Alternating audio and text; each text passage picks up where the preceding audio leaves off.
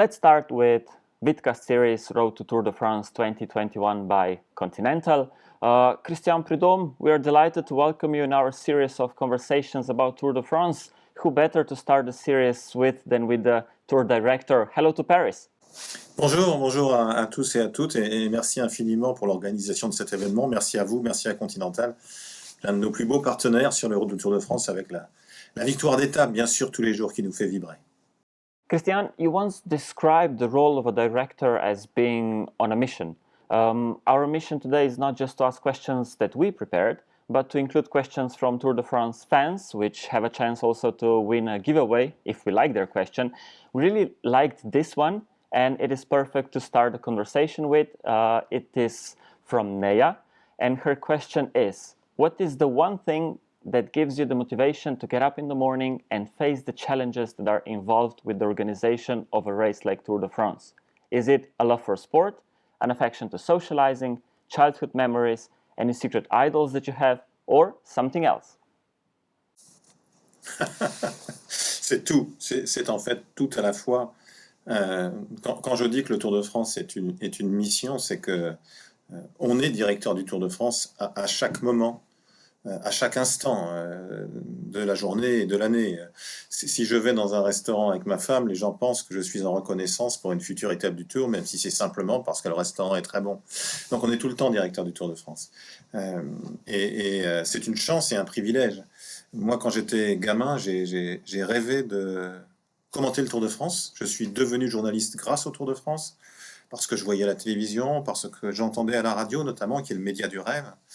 Et je suis devenu journaliste, j'ai eu la chance de commenter le Tour de France à la radio française, à la télévision française. Et ensuite, on m'a demandé d'être directeur du Tour de France, ce que je n'avais jamais imaginé, ce qui n'était pas du tout mon ambition. Mais qu'est-ce qui me fait que le matin je me lève? D'abord, j'ai pas du tout le sentiment d'aller travailler, jamais. C'est qu'on a une vie très très variée, dans des endroits différents tout le temps, avec des personnes différentes en permanence.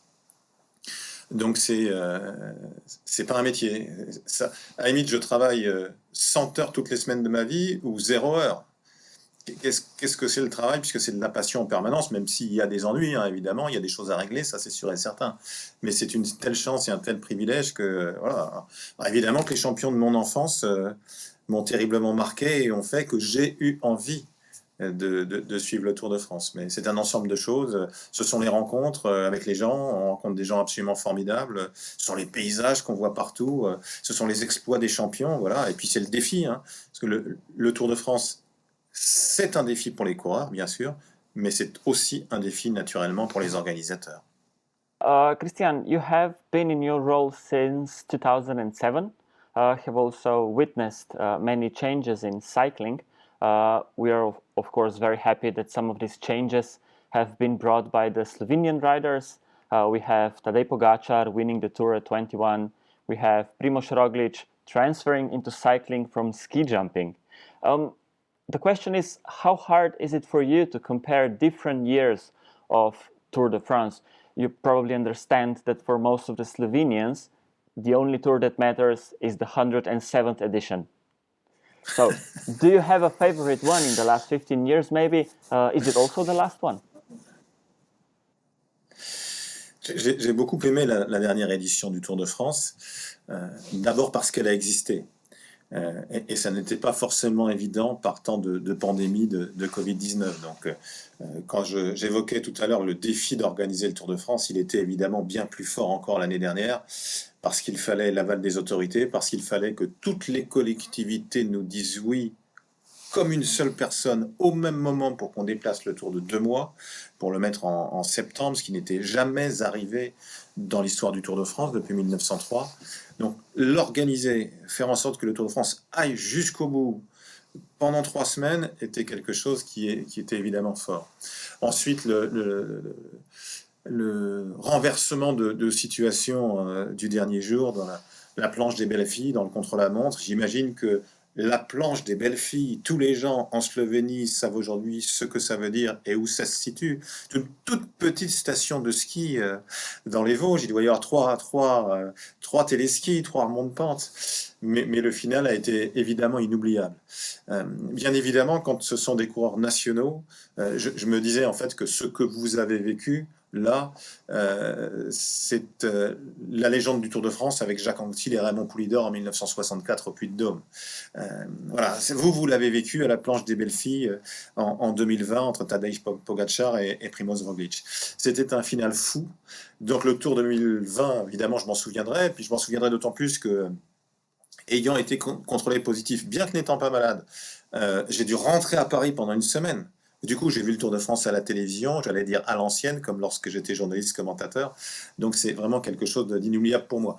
Pour nous, Français, l'édition de 2019 avait été forte, bien évidemment, avec Julien Lafilippe portant pendant 14 jours le maillot jaune, avec Thibaut Pinot, qu'on espérait proche de la victoire, et puis avec un vainqueur du Tour de France qui était le plus jeune depuis 1947, et le premier Colombien. Et quand Bernal gagne le Tour de France en 2019, on se dit, ben, le plus jeune vainqueur du Tour après lui, il va arriver dans 30 ans. Et l'année suivante, c'est un coureur encore plus jeune qui va gagner, et qui est donc bien évidemment Tadej Pogacar, le plus jeune vainqueur du Tour depuis 1904.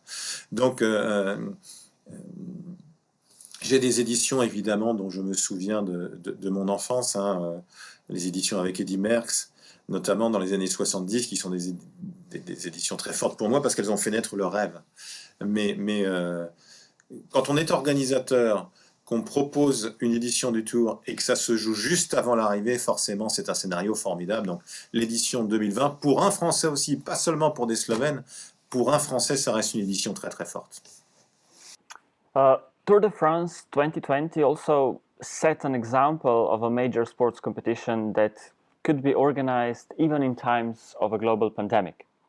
Now, with some months past and all the focus now, of course, of the 2021 edition and beyond, what are the key learnings from Tour de France 2020? And is there anything that you would have done differently? Je ne sais pas. En tout cas, ce qui est certain, c'est que si nous avons pu organiser le Tour de France l'année dernière, et s'il y a eu une vraie belle saison de cyclisme, déplacée, qui a eu lieu plus tard en fin de saison, condensée, mais avec l'immense majorité des grandes courses, c'est parce que nous avons tous travaillé ensemble. L'Union cycliste internationale, les représentants des équipes, les représentants des coureurs, les organisateurs, nous-mêmes avec le gouvernement français, avec les représentants des différentes villes, des collectivités, des départements, et que nous avons travaillé ensemble. Autrement, on n'aurait jamais pu sauver la saison et on n'aurait jamais pu organiser le Tour de France. En fait, on n'a rien appris de particulier, même si on était confronté à des choses différentes de ce qu'on connaissait. Les organisateurs de courses cyclistes, sans doute plus encore que dans les autres sports, développent une faculté d'adaptation parce que sur la route, tout est possible. Tous les jours, sur la route, sur 200 km, tout est possible. Je reprends l'exemple de l'étape de Tignes de 2019. La météo nous annonçait donc la seule étape du Tour de France qui a été interrompue pour des questions météo depuis 1903, en plus de 100 ans, la seule. L'étape de Tignes, on nous annonçait une météo calamiteuse pour le lendemain. Et puis, voilà, à un moment, averse de grêle très très forte, route coupée à cause de la boue. Il faut réagir, il faut répondre d'une manière ou d'une autre. Donc on est habitué à ça. En revanche, on a eu beaucoup plus de réunions, bien évidemment, que les années précédentes.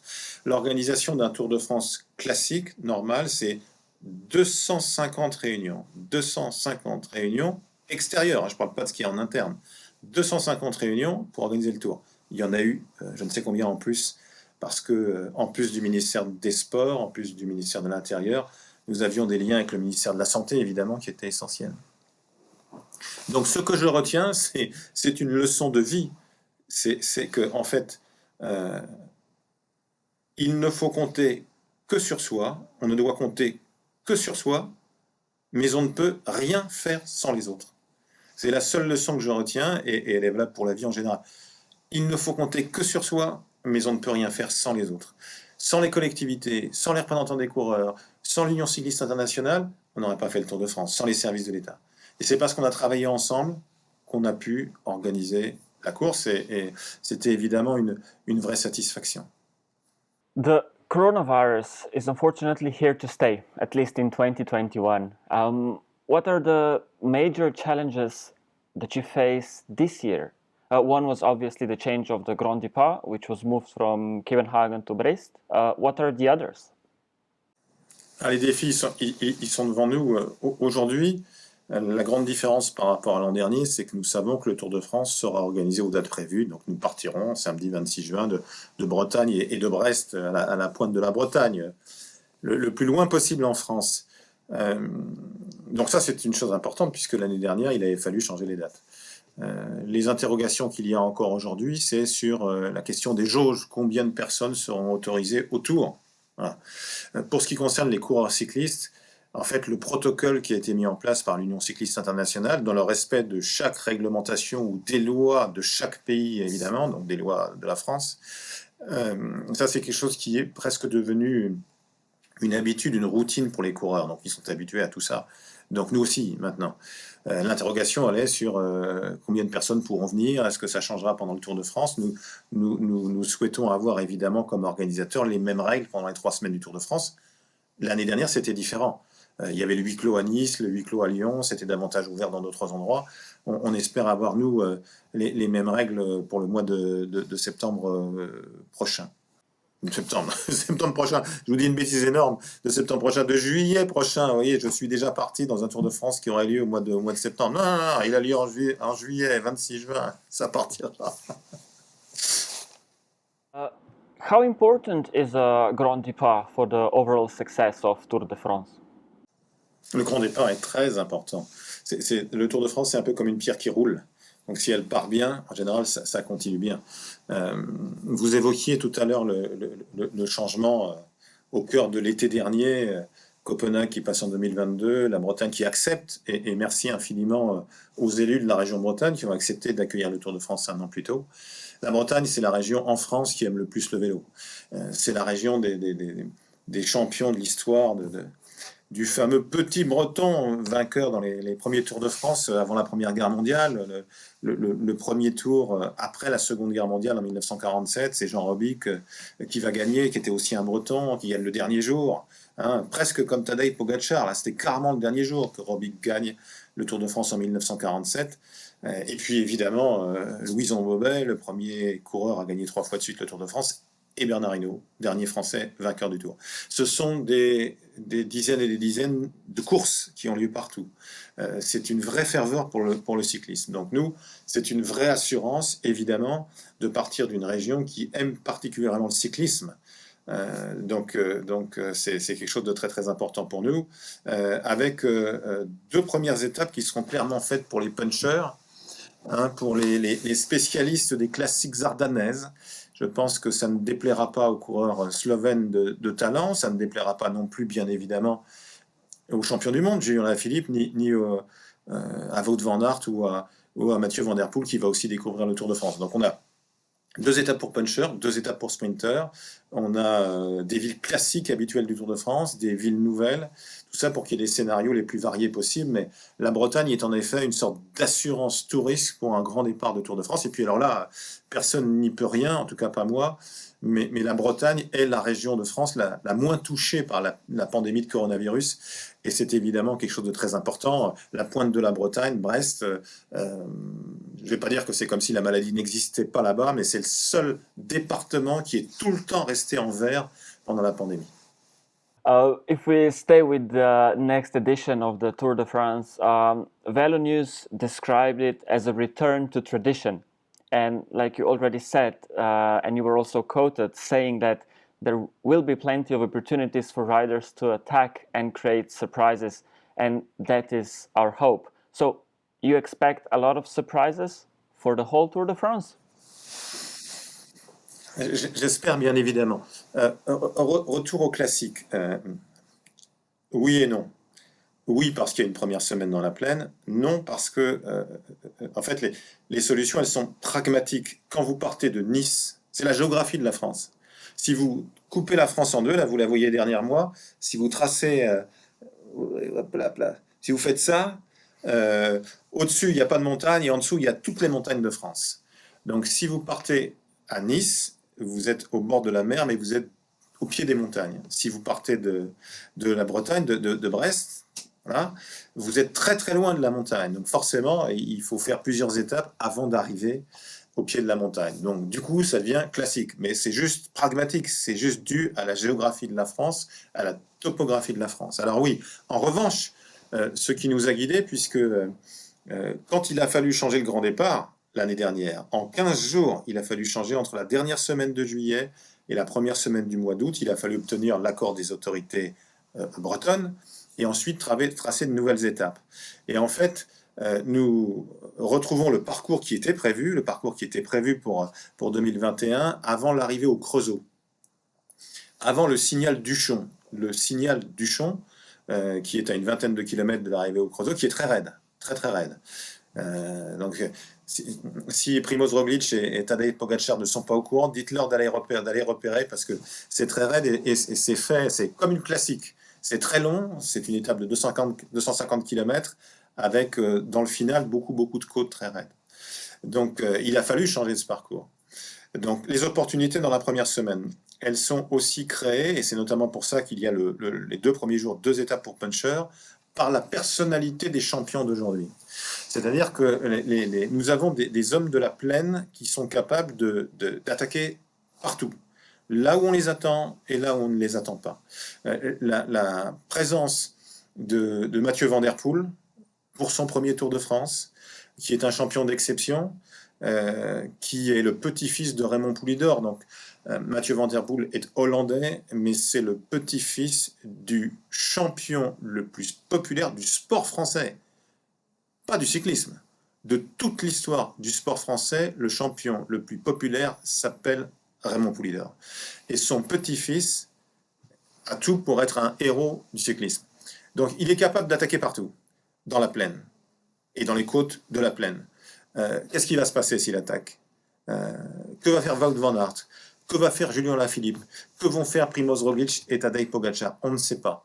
Ce qui est certain, c'est que dans la première semaine, il y aura, grâce au parcours, mais surtout grâce à ces coureurs-là, l'occasion pour certains d'éliminer des coureurs du classement général.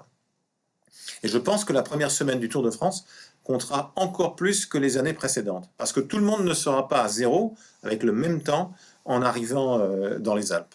Puis il y a évidemment les contre-la-montre. Je sais que Primoz Roglic veut s'entraîner particulièrement sur les contre-la-montre dans les semaines qui viennent, en ce moment même d'ailleurs, qui seront évidemment très importants. Donc des occasions, des surprises, il peut y en avoir partout. On a moins d'arrivées au sommet, mais on a des étapes avec un dernier col, une dernière ascension et l'arrivée en bas, ce qui peut aussi permettre des stratégies différentes. Et puis, j'espère que l'une des étapes les plus marquantes de l'histoire du Tour de France, on la trouvera l'année prochaine, enfin l'année prochaine non, dans 2 mois décidément, on la retrouvera, je ne sais pas, au col du Portet ou sur la montée de Tignes ou sur le Ventoux qui sera escaladé pour la première fois à 2 reprises. Pour la première fois dans l'histoire du Tour, le Ventoux escaladé à 2 reprises l'année prochaine. Donc il y a des occasions partout, mais il faudra vraiment, si on veut gagner le Tour 2021, qu'on soit très attentif dans la première semaine du Tour de France. Merci. We will get our first 2021 Tour de France stage winner crowned by Continental, the stage winner partner, on 26th of June this year.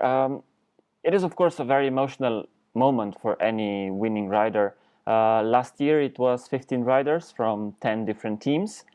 And this data is interesting. It is only 9% of the active World Tour riders that have already won a stage on Tour de France. You've seen many winners in your role as the Tour director. Do you expect to add a lot of new names to the list of stage winners? Oui, bien sûr. Quand on voit ces 9%, c'est en effet une statistique très intéressante. Et ça correspond bien à ce qu'est le Tour de France, la plus grande course cycliste du monde. C'est-à-dire que de plus en plus, gagner une étape du Tour de France, c'est aussi difficile que de gagner une grande classique. Parce que chacun veut gagner une étape du Tour de France. En termes d'audience dans le monde, chaque étape du Tour de France est plus forte que quelque épreuve que ce soit, et même que la reine des classiques que nous organisons aussi, et que nous organiserons en octobre, Paris-Roubaix. Chaque étape du Tour de France, c'est plus fort que tout le reste en termes médiatiques. Donc gagner une étape du Tour, c'est quelque chose d'énorme pour les champions, pour leur équipe et pour les différents pays de ces champions, bien évidemment. Donc oui, il y aura forcément des nouveaux coureurs, je ne sais pas qui encore, mais il y aura forcément des nouveaux. je pense pas que nous ayons l'année prochaine un vainqueur du Tour de France encore plus jeune que Tadej Pogacar. Ça, on va pas l'avoir une troisième année de suite, même si le proverbe français dit jamais 203. J'imagine mal que l'année prochaine, il y ait un coureur plus jeune que Tadej Pogacar qui gagne le classement général du Tour de France. Mais les vainqueurs d'étape, il y en aura forcément. Il y en aura forcément des nouveaux et ce sera très bien. Le Tour, c'est ce qui vous met en pleine lumière. Le Tour peut changer la vie d'un champion. Être vainqueur d'étape, être maillot jaune, plus encore gagner le Tour de France, ça change la vie de quelqu'un. Vous n'êtes plus le même. Tadej Pogacar a vie les vainqueurs du Tour de France. Donc c'est quelque chose on change de statut quand on gagne le Tour de France. Et quand on gagne une des étapes du Tour de France, ben on a une part de cette épreuve de légende qu'est le Tour. On s'inscrit parmi les coureurs qui ont écrit la légende du Tour de France. Donc tout le monde se bat évidemment pour essayer de gagner. Et ça va encore être le cas, avec forcément des nouveaux vainqueurs, mais qui pour l'instant, je ne sais pas. Même si j'imagine que Van der Poel, que j'ai déjà beaucoup cité, en fera partie. These are the questions from the Tour de France fan base. From Bojan, which mountain stage would you say is the most prestigious of all the Tour de France races in history? Je ne sais pas parce que ça dépend vraiment de chacun. La légende du Tour de France, c'est le 12 juillet 1964, le duel Jacques Anquetil-Raymond Poulidor dans le Puy-de-Dôme, dans le Massif central. Ça, c'est quelque chose forcément qui est très marquant. Après, on peut trouver plein de choses dans l'histoire récente. Il y en a évidemment d'autres. Je me souviens comme organisateur du Tour, mais c'est aussi parce que j'étais directeur du Tour à ce moment-là que j'ai ce souvenir-là. C'est l'arrivée au Galibier, c'est-à-dire l'arrivée la plus haute de l'histoire du Tour de France en 2011. Le Galibier, c'est un col de légende du Tour. C'était le centenaire du premier franchissement du Galibier. 1911, 2011, et nous avions décidé, parce que les collectivités, le département des Hautes-Alpes était avec nous, ils souhaitaient faire ça avec nous, de faire l'arrivée au col, 2645 mètres. Jamais fait avant, jamais fait depuis, et nous avons eu la chance d'avoir une étape où Andy Schleck, le coureur luxembourgeois, a attaqué à 60 km de l'arrivée, où il est parti, il a repris un groupe d'échappés, il est allé gagner l'étape, et dans le dernier kilomètre d'ascension, Cadel Evans, qui était en poursuite, a pris les choses à son compte, et c'est ce qui a fait que 3 jours après, il a gagné le Tour de France. C'était à l'époque donc le premier Australien, ça le reste, le premier Australien vainqueur du Tour de France, le seul encore aujourd'hui, et Thomas Vauclair, qui était maillot jaune, donc le coureur français, a sauvé son maillot jaune pour 15 secondes. Et ça m'a marqué parce que moi, quand j'étais journaliste, la manière dont le Tour de France s'organisait ne m'intéressait pas du tout. Je ne regardais que les champions, que les coureurs, et c'est, je pense, normal. Mais sauf que pour que ces étapes aient lieu, il faut que des hommes et des femmes travaillent d'arrache-pied derrière. Et faire une arrivée au Galibier, ça voulait dire 3 zones techniques différentes. C'était un défi technique et logistique. Et ce défi-là, il a été mené à bien. Et le fait que les champions aient offert une étape formidable a aussi rejailli sur toutes celles et tous ceux qui travaillent derrière et qui étaient fiers de ça, fiers d'avoir contribué à ça, fiers d'avoir permis à des champions de s'exprimer au mieux. Et à titre personnel, j'avais ce jour-là l'immense chance d'avoir dans la voiture Eddy Merckx. Dans une voiture juste à côté, il y avait Bernard Hinault, il y avait aussi Bernard Thévenet, donc on avait avec eux trois 12 Tours de France gagnés. Et nous nous étions arrêtés, vous savez, il y avait le col d'Izoard avant le col du Galibier, et on passe par la Casse déserte, qui est un lieu lunaire, où il y a une stèle pour Fausto Coppi et Louison Mobel, les champions de l'histoire. Et j'étais à côté d'Eddy Merckx, à côté de Bernard Hinault, à côté de Bernard Thévenet, quand on a entendu à Radio Tour, attaque d'Andy Schleck. Et il est allé au bout, 60 km plus loin, à la manière des grands anciens. Voilà. Je suis désolé, c'était pas très court. It is very obvious that you were a journalist because you can explain and go to the history and really have a lot of knowledge about not just the last 15 years, but also about the whole history of Tour de France. This was the question that marked the end of our first talk in the vidcast series Road to Tour de France 2021 by Continental. Thank you for your time. Christian Prudhomme, Tour de France director. We wish you and the organizing team that you lead a lot of success for the upcoming Tour de France and good luck with everything. Merci beaucoup. Merci à vous, merci infiniment.